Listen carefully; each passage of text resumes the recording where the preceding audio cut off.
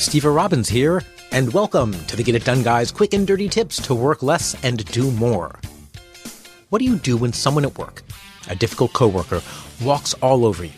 Brian wrote in saying, "My coworker is getting snarky in a business setting.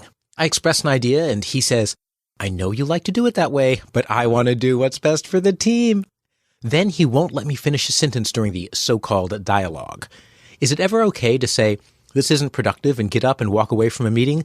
Or does being professional mean being a doormat?"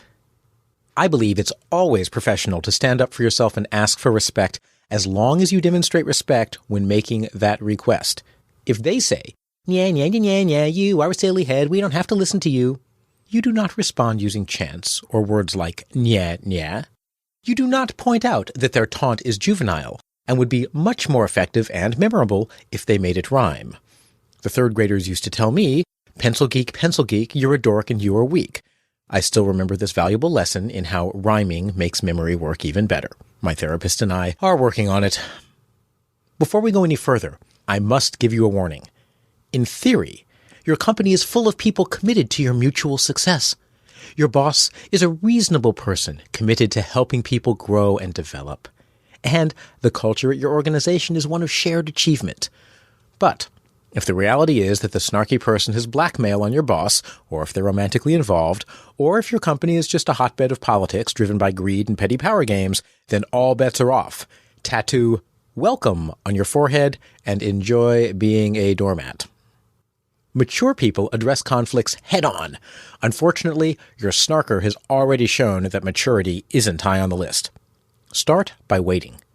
Treat your snarker nicely, with respect. Maybe the problem will go away. That sounds passive, but it isn't. Because while you're waiting, you're calling everyone in your address book, chatting happily about all the exciting things you're doing on the job. You're sharing your thoughts about your industry and trends and the future. You're asking them what they're working on. You're offering them thoughtful ideas. So when you call them in 2 months looking for a new job, your relationship will be strong and they'll be willing to help. This is called building a safety net.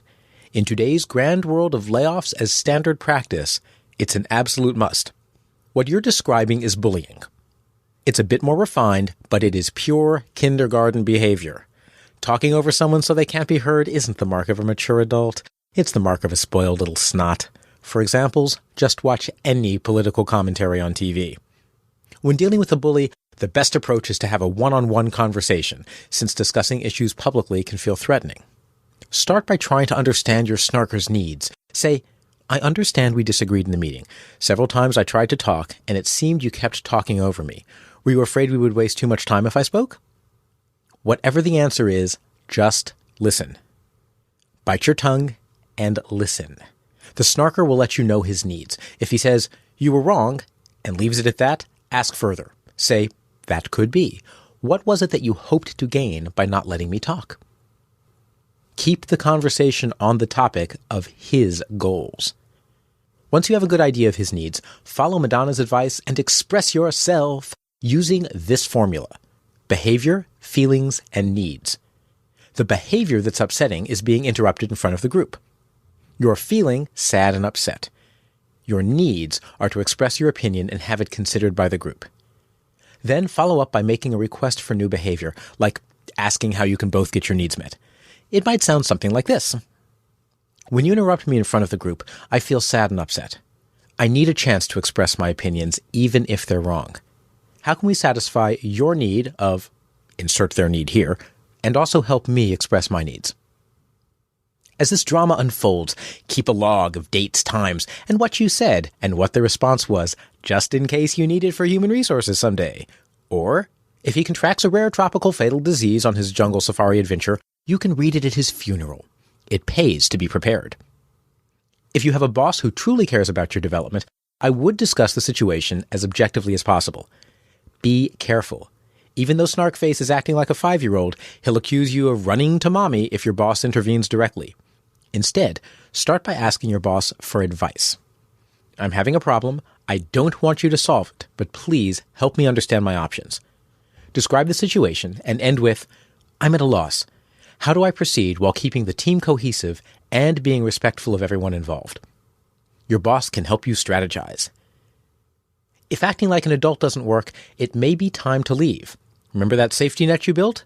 Now's the time. Investigate moving to another group, or even quitting if it becomes an ongoing problem. Leave over a snarky coworker? Well, you don't have to, of course. But if the situation becomes an ongoing energy suck, how many years of your life do you plan to spend with this fungus-encrusted energy leech? Make a clean break. Modern companies put up with a level of abusive infantile behavior that we would never accept from a 5-year-old. And yet we let adults behave that way all the time. You need to set the example. Be mature, be an adult, and stand up for yourself.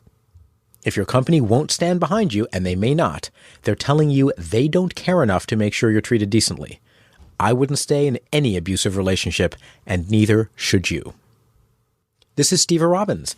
Email your questions to getitdone@quickanddirtytips.com and find this episode's transcript with a link to nonviolent communication at getitdone.quickanddirtytips.com.